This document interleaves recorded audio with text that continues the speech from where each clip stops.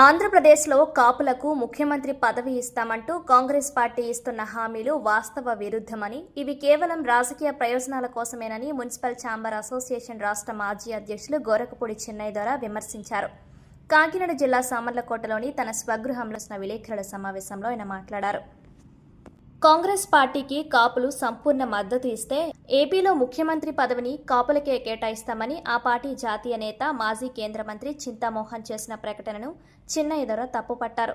Congress party గతంలో కూడా అనేకసార్లు కాపులను కేవలం ఓటు బ్యాంకులుగా వాడుకొని ఆ తర్వాత మోసం చేసిందని గుర్తు చేశారు.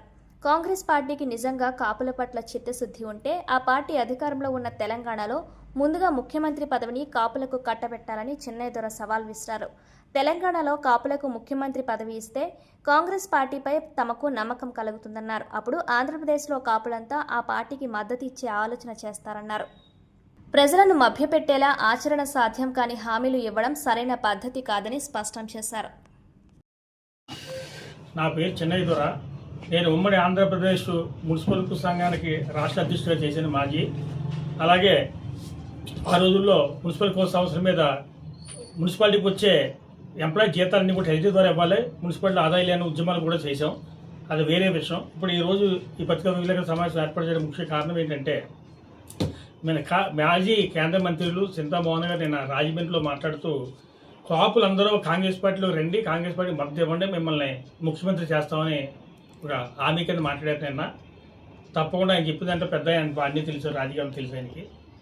అలాగే 1989లో ఇలాగనే కాంగ్రెస్ పార్టీకి అధికారంలో తీసుకురావడానికి కాపులందరూ ఏకతాటి మీద నిలబడి అఖండ మేరతో కాంగ్రెస్ పార్టీని గెలిపిస్తే 89 నుంచి 94 వరకు ముగ్గురు ముఖ్యమంత్రులు మార్చింది కాంగ్రెస్ పార్టీ.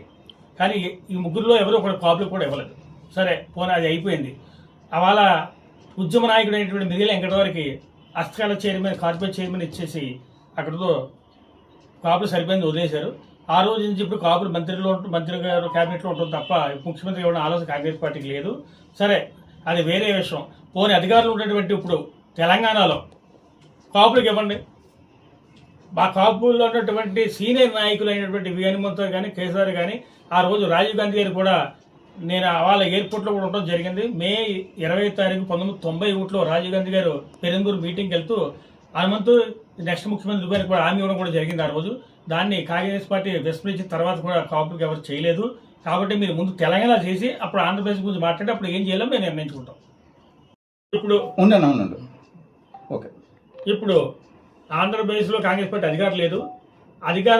అధికారంలో ఉన్నటువంటి తెలంగాణలో ముందు కాంగ్రెస్ పార్టీ సీఎం అభ్యర్థి కాపులు ప్రకటించండి, తీస్తే మీ మీద మాకు నమ్మకం కలుగుతుంది. అప్పుడు ఆంధ్రప్రదేశ్లో ఏం చేయాలని మేము నిర్ణయించుకుని నిజంగా మీరు అక్కడ సీఎం చేయగలిగితే మా వాళ్ళు కూడా నమ్ముతారు, మీకు పూర్తి మద్దతు కూడా ఉంటుందని కూడా సభకు తెలియజేస్తారు.